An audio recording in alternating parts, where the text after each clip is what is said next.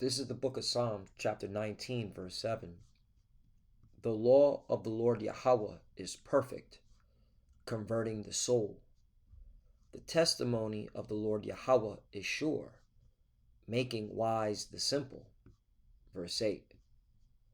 The statutes of the Lord Yahweh are right, rejoicing the heart. The commandment of the Lord Yahweh is pure, enlightening the eyes. Brakata Yahweh, Brakata Yahweh Shai, Brakata Yahweh, Brakata Yahweh Shai. Yahweh is the name who the world ignorantly calls God, and Yahweh Shai is his son who the world ignorantly calls Jesus Christ. First and foremost, I want to give all praises and all glory to Yahweh, Bahashem, Yahweh Shai, Bahashem, Rakah Kodash. Double honors to the apostles and elders of Great Millstone who grew well and taught us this truth. They are the true teachers for the nation of Israel on earth today. And salutation to the Akim out there pushing this truth of sincerity throughout the four corners of the earth and risking their life for Yahweh, Ba'ashem, Yahweh Shai's sake. I'm Brother Samak from the GMS Miami camp. And yes, the reason why I brought out the book of Psalm, chapter 19, verse 7 through 8, is that I was inspired to go into a topic, a beautiful topic, regarding Hebrew Israelite customs. Okay? And part of the Hebrewite customs, okay, part of our customs is that slavery, servants, handmaids were normal back in antiquity, and they're going to be normal in the kingdom of heaven. Okay? This is nothing to be ashamed of if you call yourself a Hebrew Israelite. In fact, you should be looking forward to this beautiful custom coming back, okay, when Yahweh Shai returns. Because this is a custom and a heritage that was given to us by our power, Yahweh. Okay? This was a custom that was given to us. All right? Being born as an Israelite, being God's on earth. Okay? To have slaves, to have multiple slaves, multiple servants, multiple handmaids. Okay?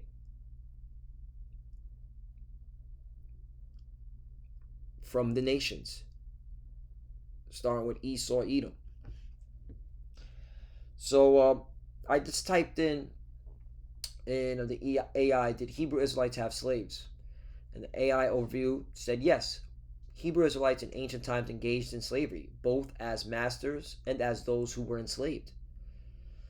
The Hebrew Bible describes both Hebrew slaves, indentured servants, and non-Hebrew slaves, those acquired through conquest or purchased. Okay? So this is part of our custom and culture. All right? This is part of our law. All right? That's why I brought out Psalm chapter 19, verse 7, because the law of the Lord Yahweh is perfect, converting the soul. Right?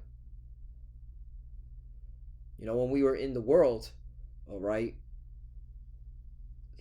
hearing about people going into slavery, that sounded taboo. That sounded crazy, madness. Even though if you really had a thinking brain, all right, we're all slaves. We're all slaves. We're all servants to the international bankers, which are these elites, you know, made up mainly of Amalek, okay, the JJs, the 1948ers. We are servants to them, okay. So, I mean, if you had a thinking brain, but again, if you were in the world, you will look at slavery as taboo or something sinister or crazy to even speak about. All right, especially coming out of the Bible. Even though, as the AI overview says, and as the Bible been clearly said, all right, slavery was normal. Servants and handmaids, okay, was normal back then, all right, and it's going to be normal in the kingdom of heaven, all right. In fact, let's get it. Milk scripture, Revelation chapter 13, verse 10. I'll start at 9. If any man, hold on, let me show you something here. Okay. This is John writing it down, but he's getting the testimony, all right, from Yahweh Shai through an angel, because the Yahweh Shai commanded an angel to tell John to write everything he saw. Okay, you can read that in Revelation, the first chapter. Revelation 13:9. If any man have an ear, let him hear. 10. He that leadeth in captivity shall go into captivity. He that killeth with the sword must be killed with the sword. Here is the patience and the faith of the saints. So the kingdom of heaven is going to have servants, captivity. Okay, what is captivity? Okay, captivity, let's get the root word, captive, all right, prisoner of war, right, because these people are going to be prisoners of war. Okay, let's get even more of a root word.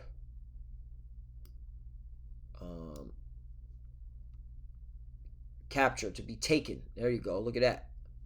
All right. There you go. To be taken. Let's get even ruder. What's that? To take for oneself, to prefer, right? To choose. That's right.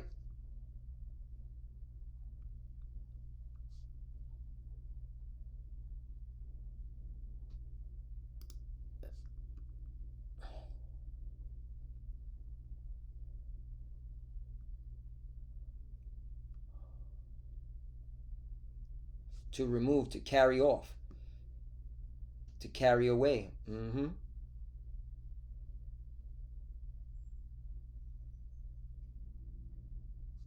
To take away from another what is his or what is committed to him, to take by force. There you go. To take by force. Captivity. All right. So look at that. We just went into a whole bunch of root words. To take by force. So he that leadeth to captivity shall go into captivity. Let's see what the NLT verse says. Anyone who is destined for prison will be taken to prison. Anyone destined to die by the sword will die by the sword. This means that God's holy people must endure persecution patiently and remain faithful. Right, we got to endure persecution patiently because, these are the blessings that are coming for the believers if they endure hardness as a soldier and endure long suffering. Okay, but this is what's going to happen in the kingdom. All right, these nations are going to be put into prison. They're going to be prisoners of war because the Lord's coming back. Yahweh Shai is coming back for war against these nations. That's why it's written captivity. And what are these prisoners going to do? Just sit around behind bars? No, they're going to go to work. Okay? They're going to be taken from the pit.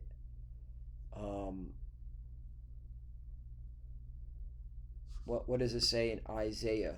There's another good one. Yeah, look at this. This is why you heathens are going into slavery, because you don't know how to manage the earth. Look what they're doing. They're going to be spraying the sky with to combat so-called climate change. So they be spraying the sky, and people are going to breathe this stuff. All right, now they're just admitting it, and this is how, and they've been doing this, but now they're just admitting it, saying, yeah, we're going to spray the sky to combat global warming, or climate change. But yeah, but what I want to get is this scripture right here. Um,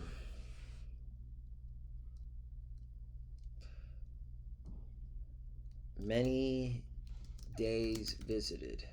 Let's see this. Yep. Isaiah chapter 24, verse 21, right? So this is after the destruction. In fact, you can see it right here. Isaiah chapter 24, verse 20. The earth shall reel to and fro like a drunkard, and shall be removed like a cottage. And the transgression thereof shall be heavy upon it, and it shall fall and not rise again. Right? This is talking about the nuclear destruction. Okay. Mainly, the majority of the nukes are going to be hit in America, Babylon the Great, which is going to shake the whole earth. Okay. The earth is going to reel to and fro like a drunkard. Okay? The whole world is going to feel, all right, the destruction of America, Babylon the Great. Okay? When the scriptures say the earth shall reel to and fro like a drunkard, okay, that's a heavy, that's a heavy destruction. That's a heavy impact. 21, it shall come to pass in that day that the Lord shall punish the host of the high ones that are on the high, and the kings of the earth upon the earth. Right, this is talking about the elites, okay, the international bankers, mainly made up of these Amalekites, these 1948, these small hats, okay.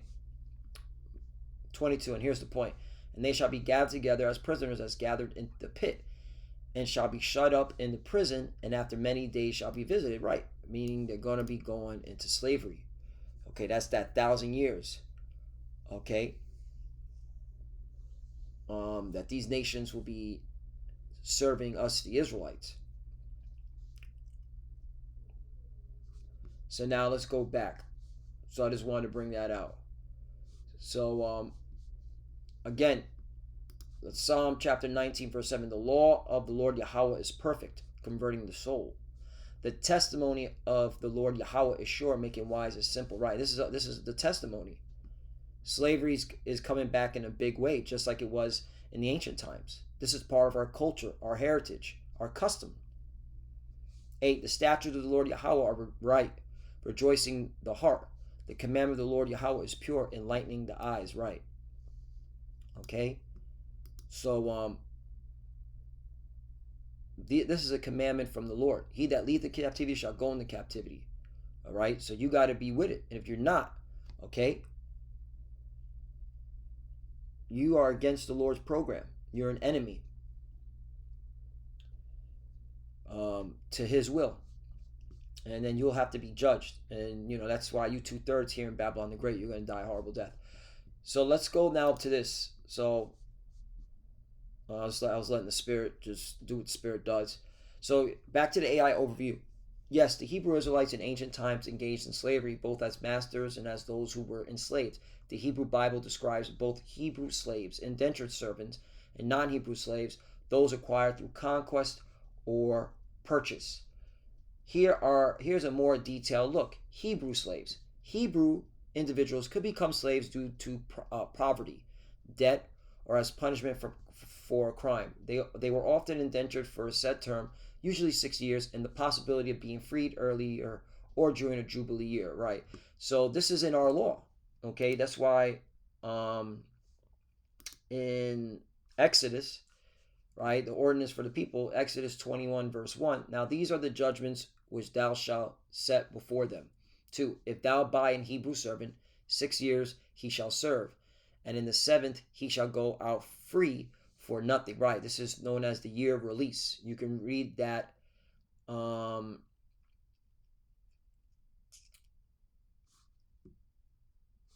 is that in the Levitical law or Deuteronomy?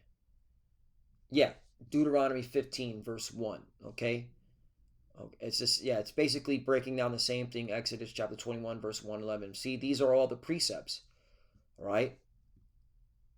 Precept upon precept. Okay, statue upon statue. Okay, law upon law. Here little, there little. Okay, saying the same thing.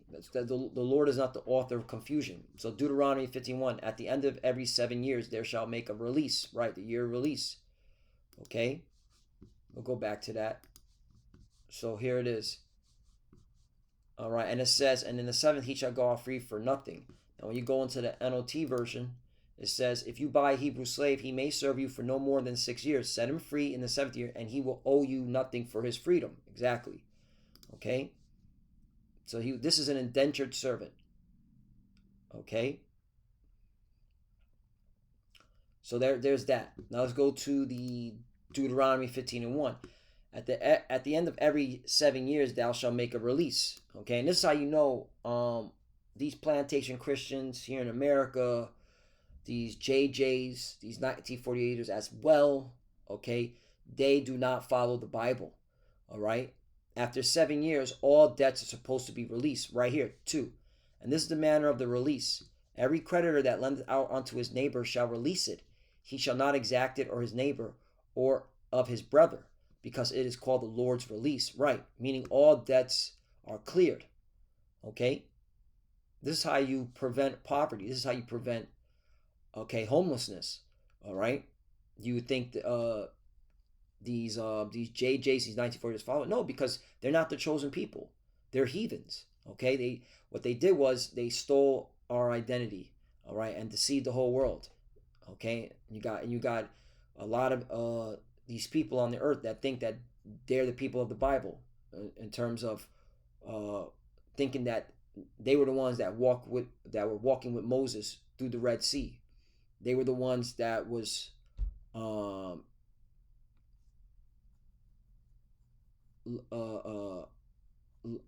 living and and obeying King David when he was king, okay, and King Solomon. They were part of King David's army. You got a lot of people really thinking that those people over there in the statehood of the JJs, all right, a lot of these people, including our own people, think that those are the people in the Bible, and they're not. Okay. Now listen to this. 3. Of a foreigner thou mayest exact it again, but that which is thine with thy brother, thy hand shall release it. Right, and this is a cut to you plantation Christians. If you claim that we're all equal, we're all brothers and sisters in God's eyes, why do you keep debts for more than 7 years? Okay? I can understand why the JJs do this, because they, at least those 1948ers, those small hats, all right, they say openly that, oh, we're the goyim. They say goyim. But you plantation Christians, all right, that's why we don't want to have anything to do with you, because you're a walking, talking contradiction. You're hypocrites. You're very wicked. Okay? Because here in the law it says, of a foreigner thou mayest exact it again, but that which is thine with thy brother, thy hand shall release. Right? So you can't. This is why we look at y'all as a bunch of psychopaths. Okay? Like that psychopath that kept saying, in the name of Jesus, that that Southern Kingdom, he was bugged out in the head. Okay, this guy right here, Jesus freak cop kills. Kills.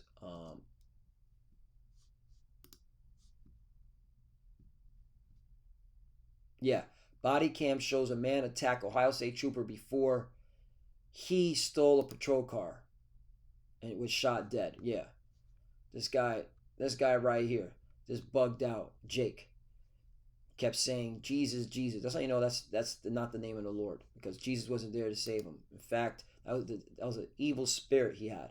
Body cam shows man attack Ohio State trooper before he stole a patrol car and was shot dead. Okay, yeah. Deshaun Lee, 30 years old. What did he say? In the name of Jeebus. Okay? And he started attacking a cop, fighting a cop, and then he stole the cop car. And after that, it was He was on a chase. He went from one state to another, Ohio to Pennsylvania, and the Pennsylvania state troopers flipped a stolen cop car that he was in, that he stole, flipped it over, and then um, he still was alive and still was running around crazy, and then they ended up killing him when he got out that flipped over police car. And you can watch this. I mean, they've got it online. You can actually find the actual recording of it online. But the point is, this is that Jeebus. That's what Jeebus gets you.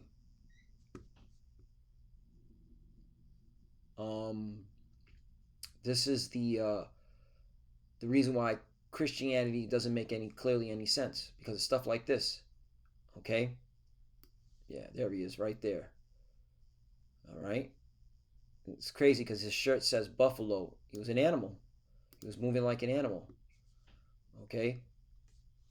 A wild buffalo.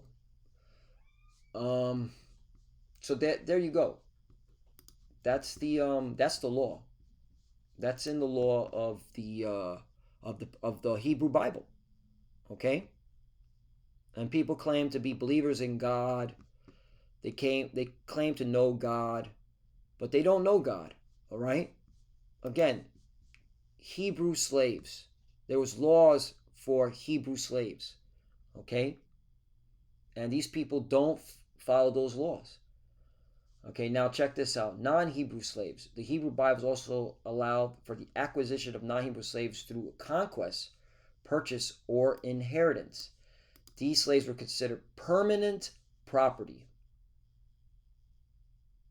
Permanent property. Okay? And when you go to the Levitical law, we'll get it right here.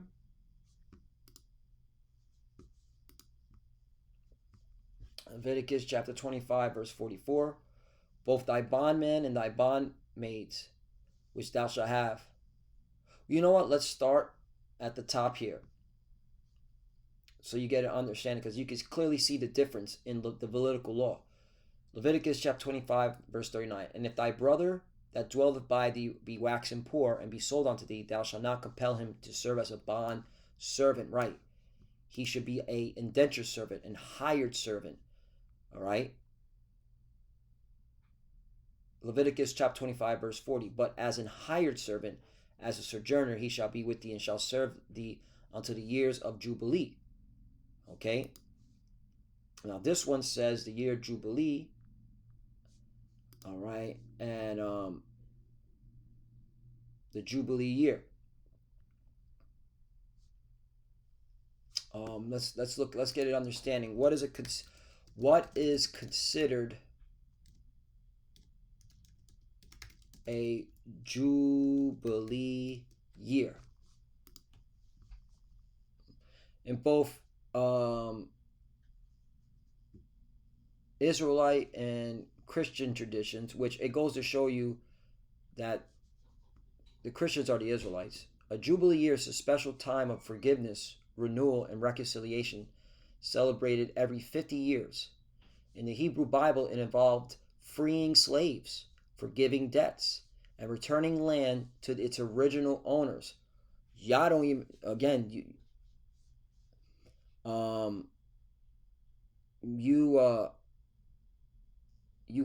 plantation Christians don't even follow this. Okay? You should have gave back all the land to Gad and Reuben. Okay? They were here first, the so-called Native Americans and Seminole Indians. In the Catholic Church, it's a holy year, a time for pilgrims to seek grace and spiritual renewal right now. Right. And again, they're getting it all from the Hebrew Israelite customs and traditions. Okay? So there you go.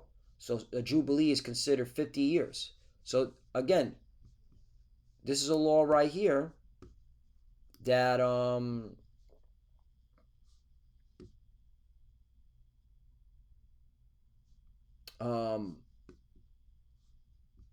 Jubilee year marked by the blowing of corn is meant to, right, that they don't follow. Okay?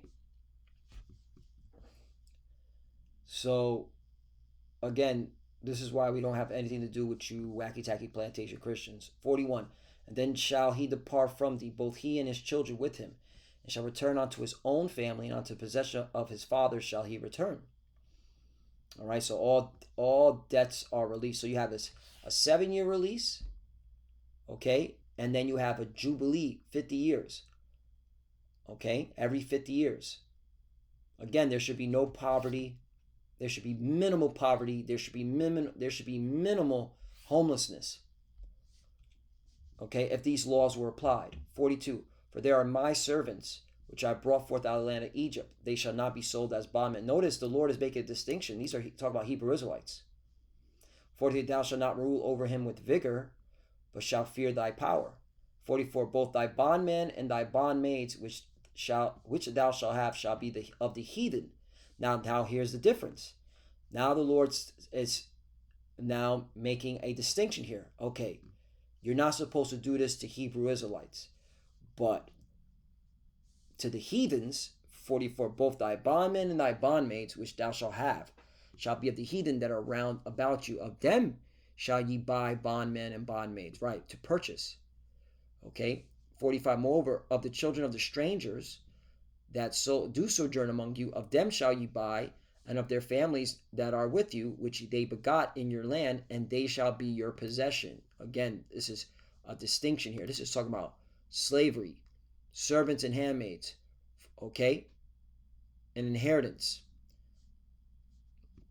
46, and ye shall take them as an inheritance for your children after you, right, your children, meaning these heathens are going to be passed down, all right, from father to son, okay, as an inheritance, as a possession, as slaves. This is not talking about Hebrew Israelites. This is talking about heathens. There's a difference. To inherit them for a possession. They shall be your bondmen forever, forever. But over your brethren, the children of Israel, ye shall not rule one over another with rigor. Right. So again, the Lord's making a clear distinction of who will be bondmen forever and who will not. Okay, this is part of our heritage, our customs. This is part of the law. Okay.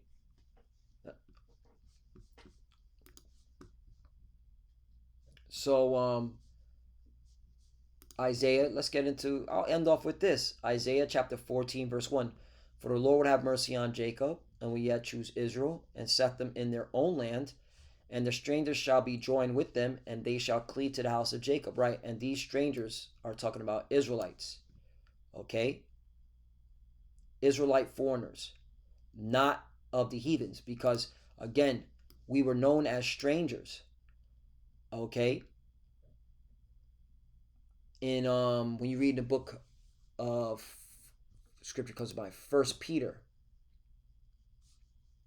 Let me get this. 1 Peter 1.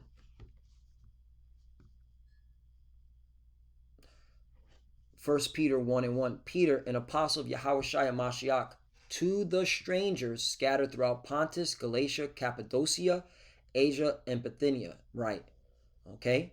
And when you go into that word scattered, it's known as diaspora or diaspora. Okay. And we all have our ways of pronouncing it. Some of us say diaspora, some of us say diaspora. Okay. But what does it say? A scattering, a dispersion of Israelites dispersed among foreign nations. Okay? So now you know who the strangers are. All right? The Israelites. Okay? So that's why in Isaiah chapter 14, verse 1, it says when it says strangers, talking about the Israelite foreigners. Shall be joined with them, and they shall cleave to the house of Jacob. 2. And the people shall take them and bring them to their place, and the house of Israel shall possess them in the land of the Lord Yahweh for servants and handmaids. Right. This is a future prophecy. Okay. That's going to be happening. This is in our law. Okay. This is the testimony. All right. The laws that I brought out in Deuteronomy, in Leviticus. Okay. That's going to apply in the kingdom of heaven when it comes to bondmen. And they shall take them captives, whose captives they were, and they shall rule over their oppressors. Right. So here's the word captivity. Okay. Because we are in captivity right now. We're prisoners of war. And aren't we now serving as prisoners of war our enemies? Right. We're getting up in the morning.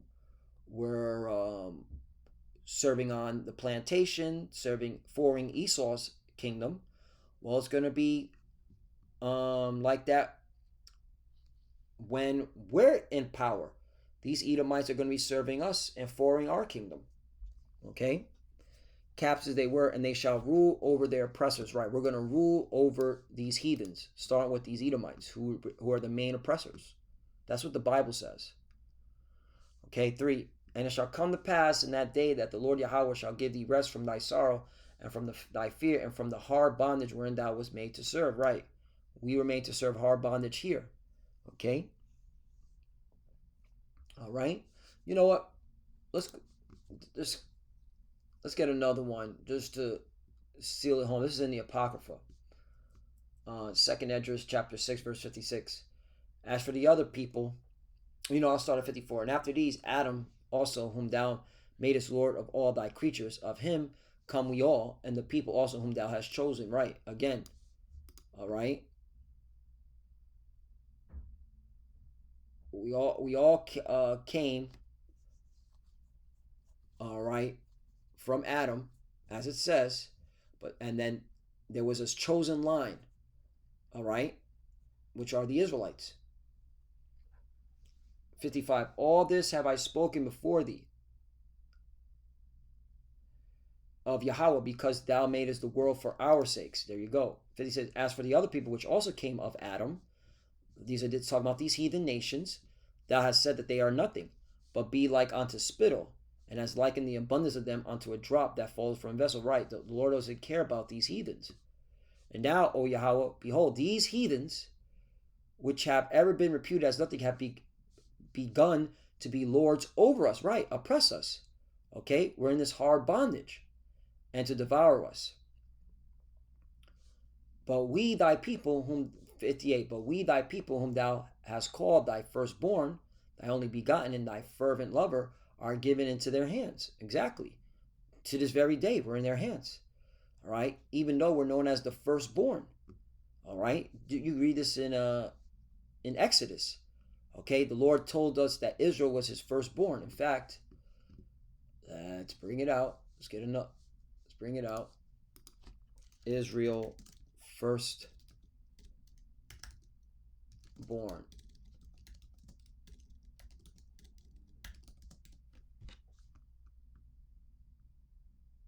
Right here, Exodus chapter 4, verse 22. And thou shalt say unto Pharaoh, thus saith the Lord Yahweh, Israel is my son, even my firstborn. There you go. So that's a clear distinction of who's the Lord's chosen people. Who is the Lord's firstborn? The Israelites.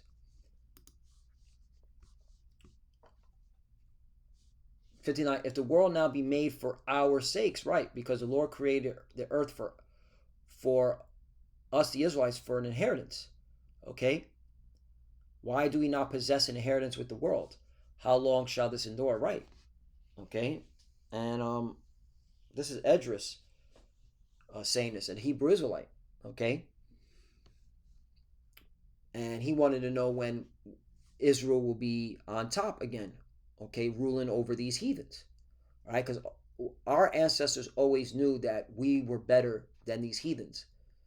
Our ancestors always knew that these heathens were for our inheritance. Okay?